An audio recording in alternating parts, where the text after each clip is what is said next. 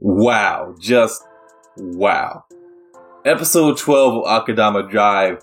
That is how you end a season or end an anime. That was one hell of a finale. That was, I don't know how else to put it. That was just amazing. What is up, y'all? It's your man, Dad Dude, bringing you guys another video. I'm giving out subscriptions down below. So if you like Akudama Drive, I review every episode and I talk about other anime too. So go hit that button. I really did not expect Swindler to die. That was a pretty big surprise to me. I thought for sure that Courier would die, but I thought that Swindler would live and the kids would live and they would eventually make it to whatever special place that we're going, and that will be how the story would come to a close.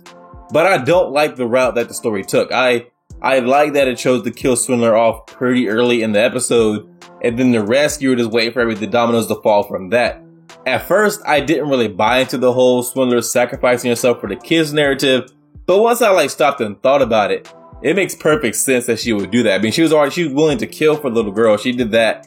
She was willing to take on executioners, knowing full well that the executioners will try to kill her. So she's already done so much stuff that then her sacrificing herself for the kids wasn't really a big step. It's like the next natural progression of what she's willing to do to give these kids a semblance of a life. And so at first I was a bit put off by it, but then once I really thought about all the things Swindler had done up until that point, it makes perfect sense that she would be willing to sacrifice her life just to give the kids and Courier a chance to get away. So yeah, I ultimately love how the direction the story went with that. Also, did Swindler know that her being killed would be broadcast across the city? I don't see how she possibly would have known that, but it doesn't make sense for her not to know because she had that whole bullshit about being an ordinary person and her parents being killed by the executioners and all that shit. It wouldn't make sense for her to make up that story unless she knew she was being broadcast across the city, unless that was some last ditch attempt to not be killed by executioners. But I'm pretty sure she knew that she was about to die. And so you would think she then knew that she was being broadcast across the city.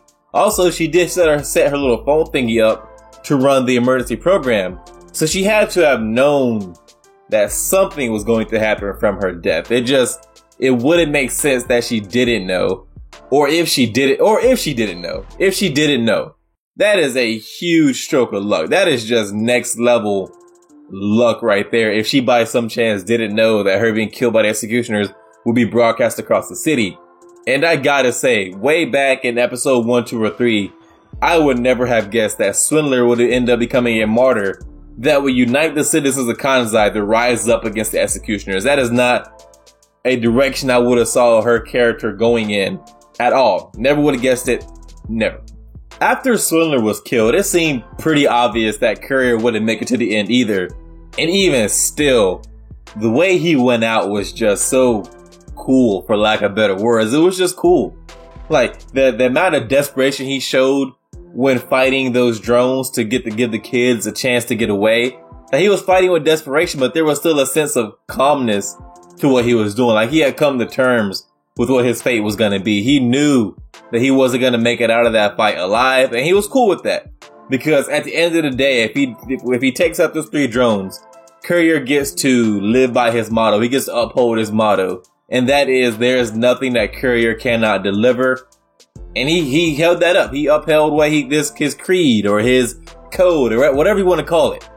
He held that up. There was nothing Courier couldn't deliver, because when it came down to it, he put his life on the line to make sure those kids had a chance to get away. And he succeeded.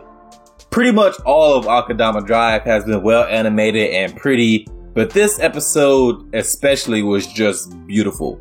The way the blood splatter from Swindler when she was ran through by the executioner, the way that was animated, that was just gorgeous. And the entire episode in general was just amazing to look at. And sometimes animators can go a bit overboard with making their animation a bit too stylized and going overboard on trying to put their personal touch on making things look a certain way. This is not one of those times. This entire episode looked amazing, and in general, Akudama Drive is just a well-animated show. I love the way certain colors pop. You have a scene where a lot of colors are muted, and then a few colors here and there is really pop. The way Doctor's pink hair just pops, Swindler's purplish pink eyes, and then there's certain things here and there where colors just pop off the screen against a background that's pretty muted color-wise. I really love the animation style. I really love the way the animators use colors in this series. And in episode 12, the season finale especially, everything was just gorgeous.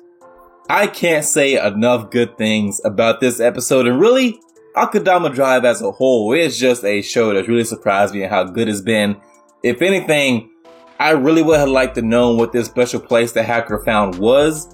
Like, I get that, you know, you want to leave the fate of the kids up to the audience's interpretation and yada, yada, yada. But for any of you guys out there who have read the source material, if there is a source material for this anime, I'm pretty sure it's not an original anime. I think it's based off a manga. But for any of you guys who have read the source material, how true does the anime stay to the ending in the source material? Like, does it get revealed where the kids go in the source material, or how does that go? Or is it left up to the audience interpretation there too? I would like an answer for that. Help me out. I also was really hoping for some kind of explanation on how certain Akudama got their powers and how the executioners got their powers. And there were just some questions that went unanswered. But this show was so good that having a few unanswered questions is easily overlooked for me. It wasn't really that big of a deal. Once I got invested in the story and the characters and what was going on with the plot, I can overlook that kind of stuff.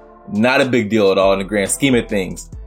This show truly surprised me with how fun of a watch it turned out to be and how impactful a lot of the scenes really were. Like, that was something I didn't expect. There were actually a lot of emotional scenes in this show that I found actually like hung with me after watching the episode. There were scenes I would go into later into the night thinking about after I watched the episode earlier in the day.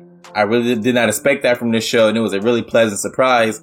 Judging from the ending, I don't think we're going to get a second season of Akudama Drive, but you know what? I'm okay with that. Alright guys, all I have for you on this, and if you like this video, go hit that thumbs up, and if you are so inclined, subscribe and share. It would help me out a lot. If you didn't like the video, let me know why in the comments. We can talk about it. I respond to almost everything, and I'll see you guys in the next one.